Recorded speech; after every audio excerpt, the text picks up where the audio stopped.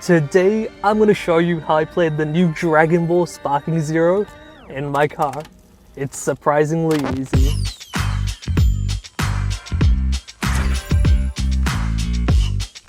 What you're looking at here is an Android head unit. This is what gets the games going. It's relatively easy to install, and you're done.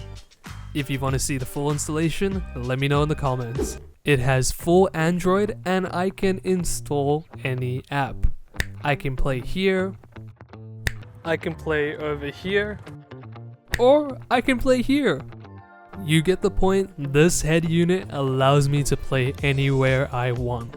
What's even better is that I'm not restricted in terms of games I want to play. I got Ghost of Tsushima going, Sparking Zero as you saw, or even Shadow of the Tomb Raider. Heck, even if I chuck a keyboard and mouse, I can play Valorant. See, all it takes is two simple apps. The first one is Steam Link. It allows me to remotely play games through my PC, which is connected via Ethernet, which is really important to lowering latency. Now the second app is PX Play.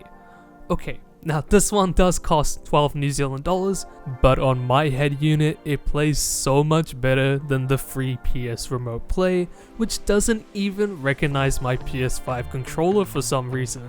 I'm running a hotspot off my phone to the head unit via Wi-Fi, and as you can see, I replaced the antenna that came with it temporarily from a PC for a better connection.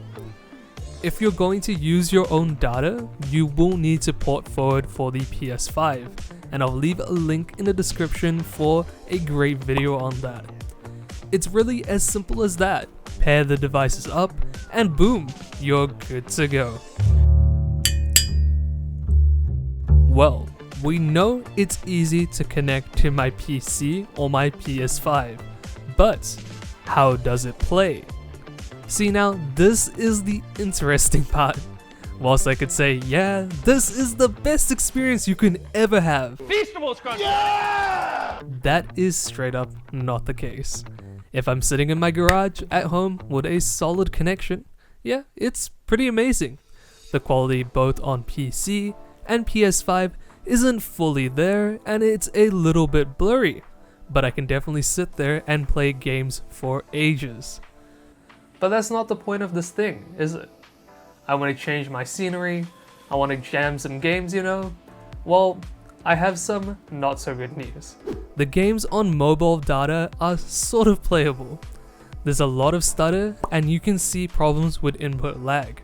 I can feel the vibration come through my controller, then I see the action on the screen a couple of seconds later.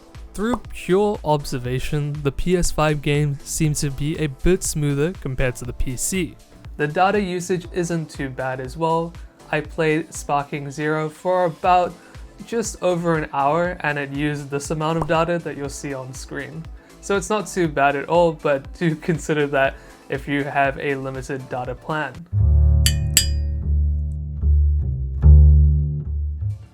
Emulation is also possible, but I did have a few problems with getting it running on Aether. I'll leave the emulation for you to research as well as yeah, kinda legal reasons. But hey, if you already own the game, the head unit is really fun to use. As I mentioned, you can install literally any app that's available for Android. So for example, I got Discord on here and I hopped on a call with my friends and hello? Does my mic sound good? Oh no, get out! Yeah, well, that didn't go according to plan. The microphone, you know, just doesn't sound that great in a car, so a little bit of an improvement there, and it's a bit quiet as well. I can even watch YouTube and just use Google Maps as normal if I really want to. Android Auto is also available if I really need to have it on as well. It's just such a great feeling being surrounded by so many speakers in the car, and it does enhance the experience a little bit.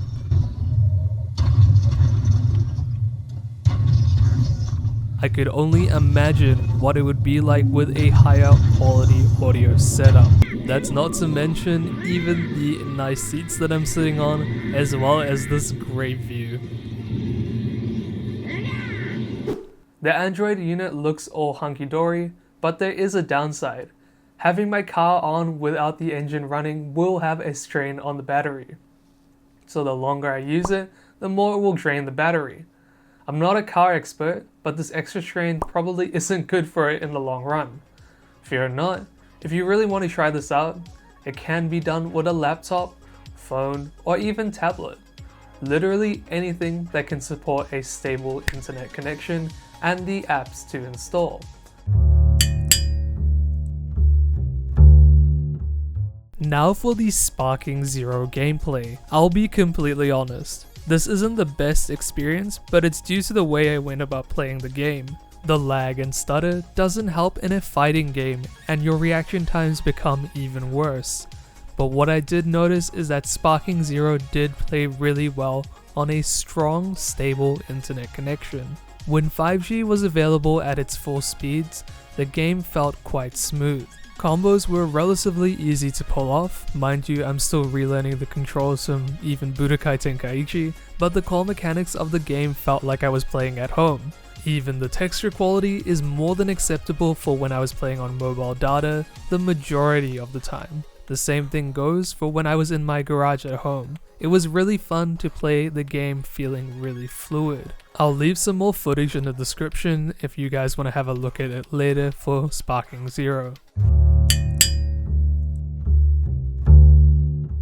While the technology isn't just there yet in terms of connection, I'd love to see how this evolves with better speeds on something higher than 5G, or even trying this out with Starlink in the future. So I played Dragonball Sparking Zero in my car on release day, not without some hiccups, but it is certainly possible. Thanks for watching, and I'll see you in the next video.